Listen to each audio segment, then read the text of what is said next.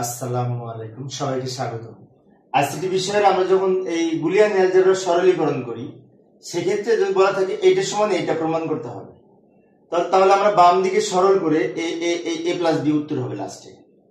সরল করার সময় আমাদের একটি বিষয় খেয়াল রাখতে হবে যে এই কমন নিতে হবে বিভিন্ন ক্ষেত্রে। তো কমন নেওয়ার একটি বিষয় হচ্ছে কমন নিয়ে এক হবে, 1 হবে, এরকম পরিস্থিতি থেকে কমন নিতে হবে। যেমন আমি যদি এখানে বি আছে, এখানে বি আছে, যদি বি কমন নিয়ে এই দুইটা থেকে, তাহলে থাকবে কি এ প্লাস এ নট, আর এ প্লাস এ নটে কিন্তু 1 হয়, তার মানে কি এখান থেকে বি কমন নিতে পারবো।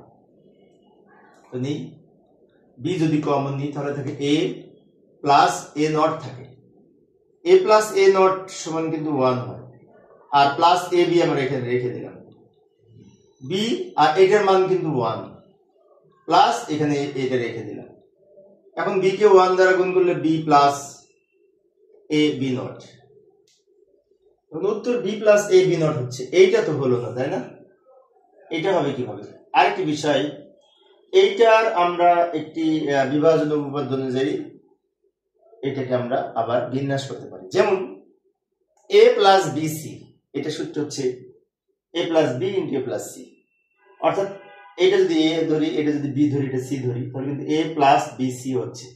এবং এইটাকে যদি আমি বিভাজন উপপাদ্যে সাজাই, তাহলে নিয়মটা হচ্ছে এইটা যোগ এইটা ইন্টু এইটা যোগ এইটা, এই যে বি যোগ এ ইন্টু বি যোগ বি নট।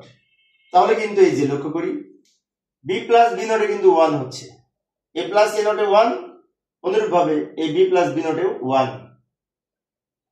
তাহলে পরের লাইনে আমরা এই বি প্লাস এ ইন্টু এটার মান 1 লিখতে পারি, এবং 1টা আউট করে দিয়ে বি প্লাস এ লিখতে পারি, এটাকে 1 দ্বারা গুণ করলে এটা হয়।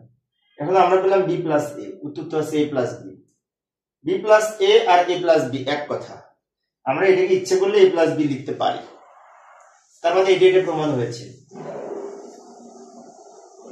এইভাবে আমরা সরল করতে পারি। তো প্রিয় শিক্ষার্থী বন্ধুরা, এই অধ্যায় সৃজনশীল প্রশ্নের প্লেলিস্ট আমি ভিডিও ডেসক্রিপশনে দিয়ে রেখেছি, বোর্ড পরীক্ষার প্রশ্নের সমাধান, ওখান থেকে তোমরা দেখে নিতে পারবে, বিশেষ করে এই সৃজনশীল প্রশ্নের উত্তর কিভাবে লিখতে হয়। পরের ক্লাসটি দেখার আমন্ত্রণ রইল। খোদা হাফেজ।